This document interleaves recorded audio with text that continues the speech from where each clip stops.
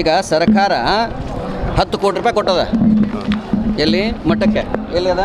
ಇಲ್ಲಿ ಹರಿಹರ ಪಂಚಮಸಾಲಿ ಪೀಠದಲ್ಲಿ ವಸತಿ ನಿಲಯ ಸಮುದಾಯ ಭವನ 10 ಕೋಟಿ. ಯಾವಾಗ ಕೊಟ್ಟದ? 21ರಲ್ಲಿ ಕೊಟ್ಟದ. ಎಷ್ಟು ವರ್ಷ ಆಯ್ತು? ಈಗ 5 ವರ್ಷ ಆಯಿತು. ಇಲ್ಲಿ ಏನು ನಿಬಂಧನೆಗಳಿದಾವು? ಜಿಲ್ಲಾಧಿಕಾರಿ ಹಿಂದುಳಿದ ವರ್ಗಗಳ ಕಲ್ಯಾಣ ಇಲಾಖೆ ದಾವಣಗೆರೆ ಮತ್ತು ಬಳ್ಳಾರಿ ಜಿಲ್ಲೆ ಇವರ ಹಣ ಬಳಕೆ ಪ್ರಮಾಣ ಪತ್ರವನ್ನು ಜಿಲ್ಲಾಧಿಕಾರಿಗಳು ದಾವಣಗೆರೆ ಮತ್ತು ಬಳ್ಳಾರಿ ಜಿಲ್ಲೆ ಮುಖಾಂತರ ಆಯುಕ್ತ ಅಂದರೆ ನಮ್ಮಕ್ಕೆ ಇನ್ನೊಂದು ಮಟ್ಟಕ್ಕೆ ಕೊಟ್ಟಿದ್ದಾರೆ. ಆವಾಗ ಇಲ್ಲಿ ನೋಡಿ, ಆಯುಕ್ತರು ಹಿಂದುಳಿದ ವರ್ಗ ಕಲ್ಯಾಣ ಇಲಾಖೆ ಬೆಂಗಳೂರು ಇವರ ಸಹಕಾರ ನೀಡಲು ಅನುದಾನವನ್ನು ಸದ್ಬಳಕೆ ಮಾಡಿರೋ ಬಗ್ಗೆ ಎಲ್ಲ ರೀತಿಯ ಅವಶ್ಯಕ ಕ್ರಮ ತೆಗೆದುಕೊಂಡಿಲ್ಲ. ಮಂಜೂರು ಮಾಡದ ಅನುದಾನ ಯಾವ ಉದ್ದೇಶಗಳಿಗೆ ನೀಡಲಾಗಿದೆಯೋ ಅದೇ ಉದ್ದೇಶಕ್ಕೆ ಬಳಸತಕ್ಕದ್ದು, ಯಾವುದೇ ಕಾರಣಕ್ಕೂ ಬೇರೆ ಉದ್ದೇಶಕ್ಕೆ ಬಳಸತಕ್ಕದ್ದಲ್ಲ. ಅನುದಾನವನ್ನೇ ಬಳಸಿಲ್ಲ. ಇಲ್ಲಿ ಕಟ್ಟಡ ಇಲ್ಲ. ಜಿಲ್ಲಾಧಿಕಾರಿಗಳು ಹಿಂದುಳಿದ ವರ್ಗಗಳ ಕಲ್ಯಾಣ ಇಲಾಖೆ ದಾವಣಗೆರೆ ಇವರು ಹಣ ಬಿಡುಗಡೆ ಮಾಡುವ ಮುನ್ನ ಸದರಿ ಸಂಸ್ಥೆಯ ಸ್ವಂತ ನಿವೇಶನ ಹೊಂದಿದ ಬಗ್ಗೆ ಸಕ್ಷಮ ಪ್ರಾಧಿಕಾರ ಅನುಮೋದಿತ ಕಟ್ಟಡ ನಕ್ಷೆ ಮತ್ತು ಕಟ್ಟಡ ಕಟ್ಟುವ ಪರವಾನಗಿ ಪಡೆದುಕೊಂಡ ಬಗ್ಗೆ ಖಚಿತಪಡಿಸಿಕೊಳ್ಳತಕ್ಕದ್ದು, ಬಾಕಿ ಮೊತ್ತವನ್ನು ಟ್ರಸ್ಟ್ ಭರಿಸುವ ಬಗ್ಗೆ ಮುಚ್ಚಳಿಕೆ ಪತ್ರ ಪಡೆಯತಕ್ಕದ್ದು.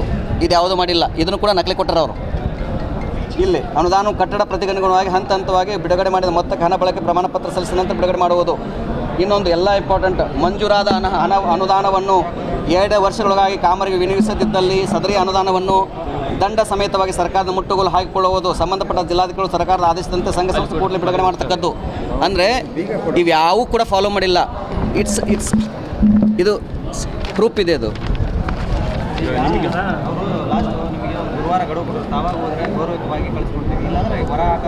ಖಂಡಿತ ಭಕ್ತರು ಅದಕ್ಕೆ ಬಂದರೆ ಗೌರವಯುತವಾಗಿ ನಿಮ್ಮದು ಆಯ್ತಪ್ಪ, ಟೈಮ್ ಮುಗೀತು, ಇಷ್ಟೆಲ್ಲ ಉಂಡು ತಿಂದು ತೆಗೆರಿ ಆಯಿತು, ನೀವು ಗೌರವಯುತ ಎಕ್ಸಿಟ್ ಆಗ್ರಿ ಅಂತ ಜನ ಬಂದಾರೆ ಕಳ್ಸಾಕ. ಅವ್ರನ್ನ ಹೋಗ್ಬೇಕಾಗಿರೋದು ಅವರು.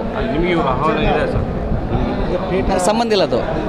ನಮ್ಮ ಭಕ್ತರು ಕೇಳೋದು ಲೆಕ್ಕ ಅಂತಂದರೆ ಅದಕ್ಕೊಂದು ಪುಸ್ತಕ ಮಾಡಬೇಕು. 2008ರಿಂದ ಏನೇನು ಹಂತ ಪ್ರತಿಯೊಂದನ್ನು ಅದು ಬಳಸ್ಬೇಕು. ಎಷ್ಟು ಮರಳು ಬಂತು, ಎಷ್ಟು ಮಣ್ಣು ಬಂತು, ಎಷ್ಟು ಜೋಳ ಬಂತು, ಎಷ್ಟು ಅಕ್ಕಿ ಬಂತು, ಎಷ್ಟು ಭತ್ತ ಬಂತು, ಬೆಳ್ಳಿ ಎಷ್ಟು ಬಂತು, ಬಂಗಾರ ಎಷ್ಟು ಬಂತು, ರಸೀದಿಗಳು ಎಷ್ಟು ಬಂದು ಎಲ್ಲವನ್ನು ಒಂದು ಬುಕ್ ಮಾಡಬೇಕು, ಬಿಡುಗಡೆ ಮಾಡಬೇಕು. ಆ ಬಿಡುಗಡೆ ಆದ ಮೇಲೆ ಜನಗಳ ಹತ್ತಿರ ಹೋಗ್ಬೇಕು. ಈಗ ತಮಗೆ ಬೇಕಾದಂಗೆ ಕೃಷ್ಣ ಲೆಕ್ಕ ಕೂಡ ಕೊಂಡ್ರೆ ಅವ್ರು ಅದನ್ನು ಸಮಾಜ ಒಪ್ಪಿಲ್ಲ. ಅದಕ್ಕೆ ಲಕ್ಷೋಪಲಕ್ಷದ ಮಠ ಇದು.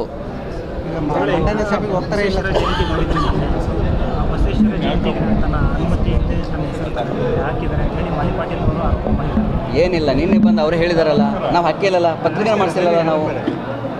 ಈಗ ಅವರೇ ನೀನು ಉಚ್ಚಾಟನೆ ಮಾಡಿದಾರಲ್ಲ.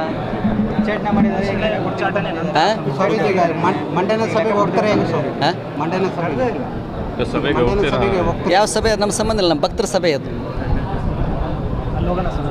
ಭಕ್ತರ ಸಭೆಯಲ್ಲಿ ಇದೀವಲ್ಲ.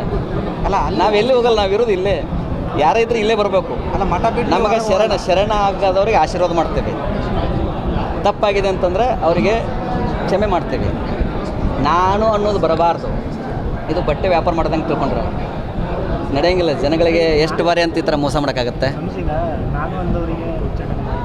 ಹಾಂ, ಖಂಡಿತ. ನೀನೇ ಉತ್ತರ ಮಾಡಿ ಕೊಟ್ಟಾರಲ್ಲ ನಮ್ಮ ಡಾಕ್ಟರ್ ರಾಜ್ಕುಮಾರ್ ಅವರು, ನಮ್ಮ ಎಲ್ಲರೂ ಭಕ್ತರು ಕೊಟ್ಟಿದ್ದಾರಲ್ಲ. ನಿರ್ಭೀತ, ನಿಷ್ಪಕ್ಷಪಾತ, ವಿಶ್ವಾಸಾರ್ಹ ಸುದ್ದಿಗಳಿಗೆ ಮತ್ತೊಂದು ಹೆಸರಾಗಿರುವ ನ್ಯೂಸ್ 18 ಕನ್ನಡ ಈಗ ಆಪ್ನಲ್ಲೂ ಲಭ್ಯವಿದೆ. ದಯವಿಟ್ಟು ಇಲ್ಲಿರುವ QR ಕೋಡ್ ಸ್ಕ್ಯಾನ್ ಮಾಡಿಕೊಂಡು ಆಪ್ ಡೌನ್ಲೋಡ್ ಮಾಡೋದಕ್ಕೆ ಮರಿಬೇಡಿ. ನಿಮ್ಮ ಬೆಂಬಲ ಹೀಗೆ ಸದಾ ನಮ್ಮೊಂದಿಗಿರಲಿ. ಧನ್ಯವಾದ.